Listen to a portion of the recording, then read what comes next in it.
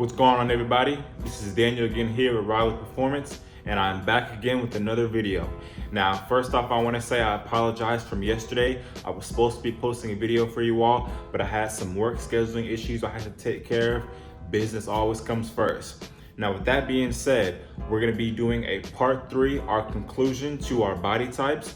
We did our ectomorph and we did our mesomorph last week. So if you haven't already, I will leave a link down below. And if this is your first time on my channel, make sure you show me some love down below. Subscribe to the channel, leave a like, leave a comment. Let's get involved. I want to see you guys' results. I want to see some feedback. Comment down below what you guys want to see. I just want to get some feedback from you all so I can give you guys the best information possible.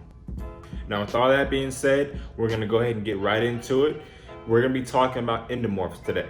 So the basic breakdown, just to give you all an introduction of what an endomorph body type is, basically a person who has larger bone mass than the average person, softer muscles, softer smooth muscles, right?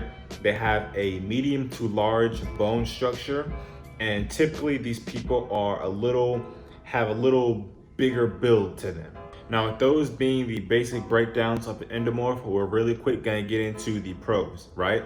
So again, these people typically have a large to medium bone mass, so they're able to pack on muscle a lot easier than average, right?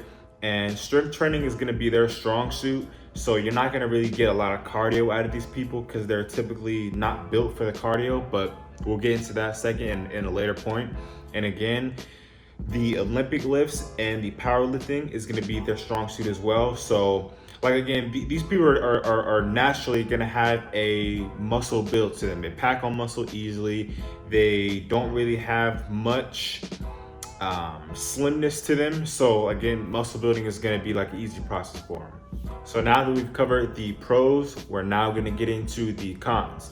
And again, as a disclaimer, these aren't things that are necessarily bad. They're just things you want to look out for when it comes to building that body that you want, and just moving forward with the process with that, right? So the number one thing would be the carbohydrate intake. Typically gets stored in the abdomen area.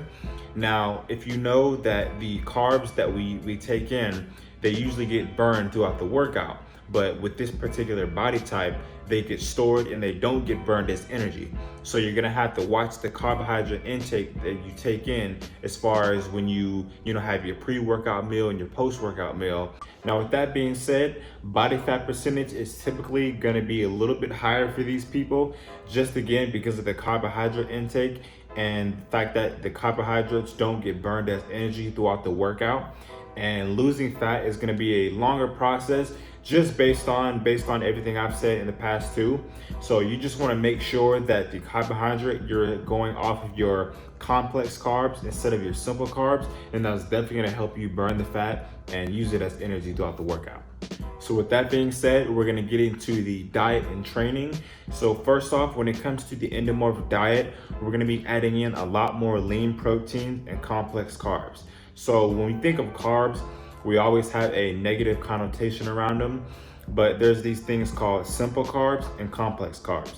Now, your complex carbs are gonna be like your whole wheats, your grains, your beans, things of that nature. And of course, your simple carbohydrates would be like your pastries, your sweets, cookies, candies, things like that, right?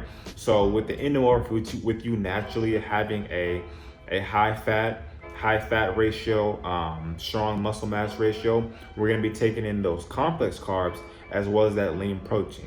Now, when it comes to the training, again, strength training is always gonna be their strong suit.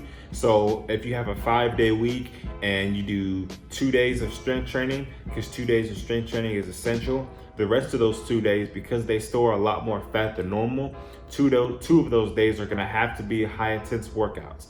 It doesn't matter if it's with weights or if it's just body weight exercises or if it's calisthenics, anything, but the intensity definitely has to be there. And progressive overload is going to be your strong suit as well. So basically what progressive overload means is that each week the intensity goes up. So whatever it's the reps, the sets, the range of motion, but the intensity has to go up if you want to burn that fat off. All right, so with everything being said, we've talked about the diet and the training. We've talked about the pros and the cons. So I hope this information has helped you all out. We did 3 parts to this. So if you guys haven't already, go check those last 2 videos I did. I'm going to be doing a lot more of these videos, sit down, kind of explaining some things, helping you all out on your fitness journeys. Subscribe down below. Again, show me some love and leave a comment down below on what you guys want to see next. I want to get you guys involved. I want to get some feedback, and just moving forward, we're just going to be, breaking down everything so I can give you guys the best information possible. So until the next video, Raleigh Performance.